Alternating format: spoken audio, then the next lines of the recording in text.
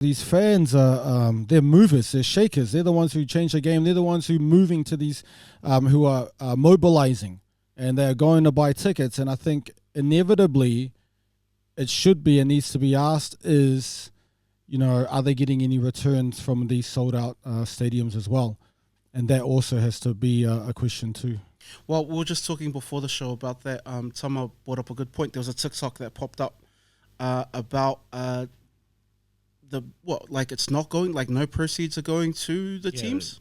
So there's talk that maybe they're not getting any of the ticket sales, or maybe they should get more. Absolutely. But there is a question behind, whether it's fair.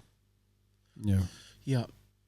And it's one of those things where, like, the rules need to change when the game gets better. You can't just be stuck in a system where, like, no, we've supplied the stadium, we get all the money. It's like, no, the people are coming to see. This is the show. Yes. The show is the Tongan team. So give them the money. Yeah, and this is a serious thing that... that you've gone through. Yeah, and that people need to, like, we're smart enough to enjoy the game, support the teams, and, read into the finances, especially when we see our athletes like David Tua, Jonah Lumu. We've seen bankrupt from players who have earned millions. It's pretty stupid to then see us sell out again, or see Pacific teams sell out and not even ask that question. We should be asking, okay, is this money going back to our team though? And there was an interview on 531 PI with William Edwards, who's the secretary of the Tongan Rugby Union, Tongan Rugby League Union in Tonga. And this is the reason why the Tongan Rugby League team is called the Tongan 13. Rather than Matema. Yes, and not MMT. Yep. It's because the Tongan Rugby League in Tonga, they own MMT. But this team is being run not by the Tongan Rugby League. Yeah. It's being run by the International Rugby League. I don't know if it's a board or what. But and all the money is not... The Tongan Rugby League are getting nothing. So in Tonga, they're getting nothing. It's all going to this International Rugby League board. And that's why they refuse to use MMT, because they don't want the Tongan Rugby League to get anything.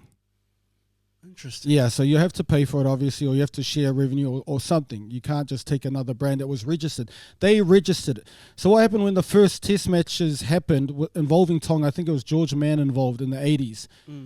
In order to be part of International Test Rugby League, you have to set up a local comp.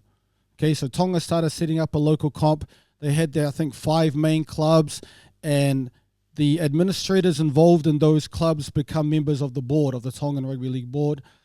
They registered MMT because it was a name apparently gifted to rugby league by the king, of the time, and so it was registered by the Tongan Rugby League.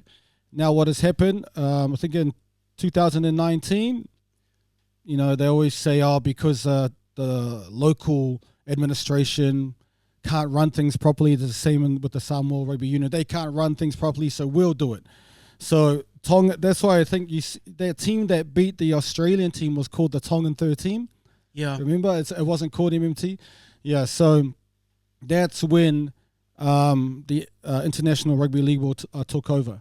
Now, in 2022, at the Rugby League World Cup, they asked if they could use MMT, right? And sure, they let them use it for the World Cup.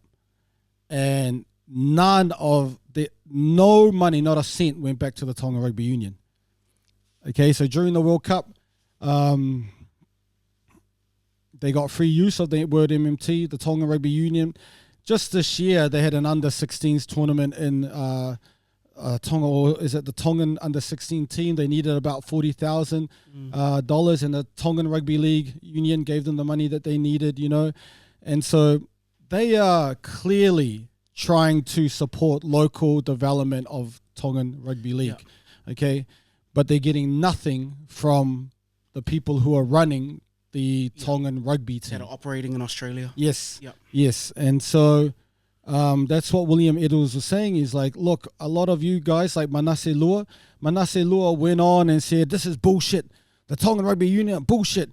The people will support Tonga, and you guys, all this politics. And And then William Edwards, the secretary of the Tonga Rugby League, came on and goes, bro, have you ever run a competition in Tonga? Have you done any administration in Tonga? Have you run any of the finances? Do you know any of the finances in Tonga? No, you don't know shit. It requires money. Yeah, you don't know shit, but you're in New Zealand, you're based in New Zealand, running your mouth about stuff you don't even know.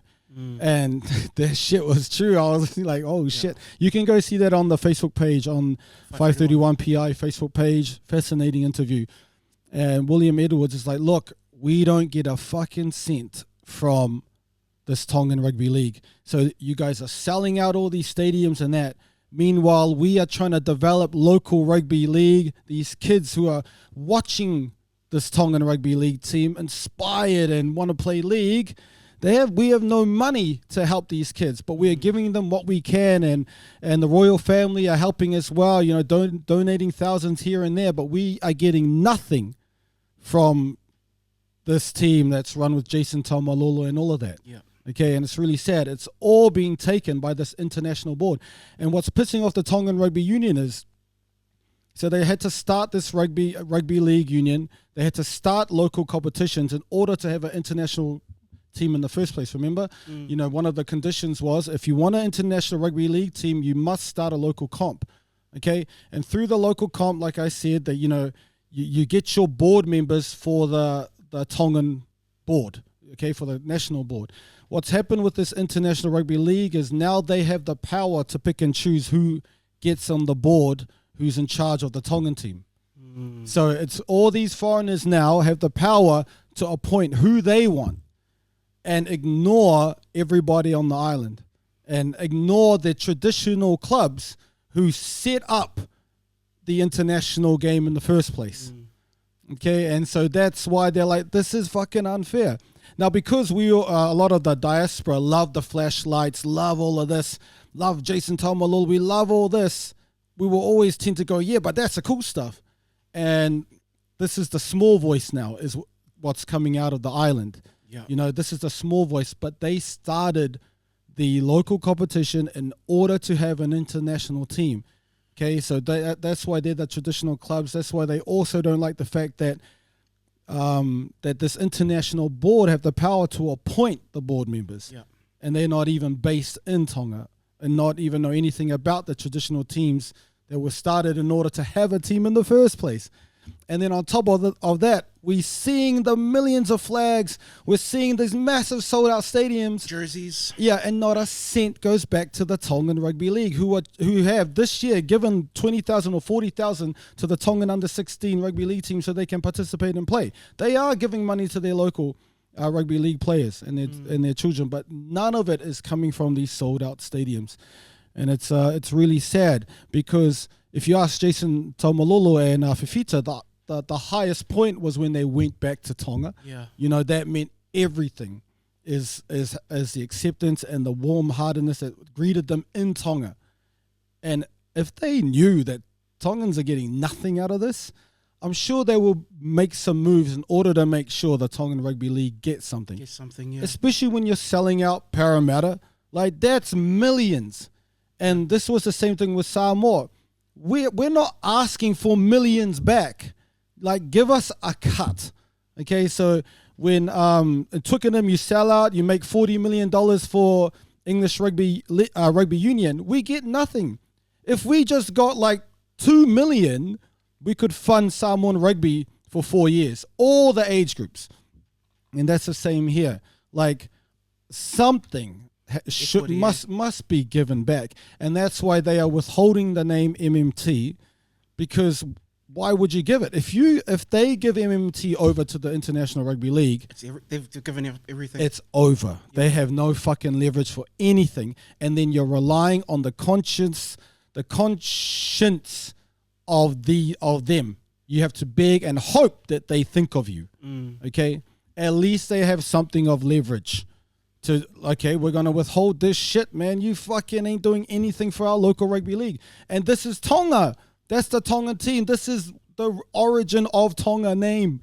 You know what I mean? Yeah. So I think, look, we can discuss this without trying to bring down MMT and people be perceived, oh, you guys are just trying to take away from the shine. And it's perspective. It's just perspective. That's all it is. Yeah, we can discuss these two things and still love and support Tongan Rugby League, but this should be sorted out because it sucks seeing the Tongan 13. Yeah. Especially when they had a specific powerful name, Die for Tonga, MMT, which is powerful. Like, the Chinese are making fucking, I would say close to millions out of this shit. Chinese all around, like in New Zealand and Australia, are selling MMT products, and like everyone's making money except Tonga. Fucked up. You can tell International Rugby League are making money. We see the fucking stadiums. They're sold out. Exactly. And then all these fans are going to descend upon that one area. So the cafes are going to be sold out. Restaurants, businesses, hotels. Everyone's making money from this. And not Tonga Rugby League, who started the original 5 clubs in order to have a Tongan international team in the first place. That's fucked, man.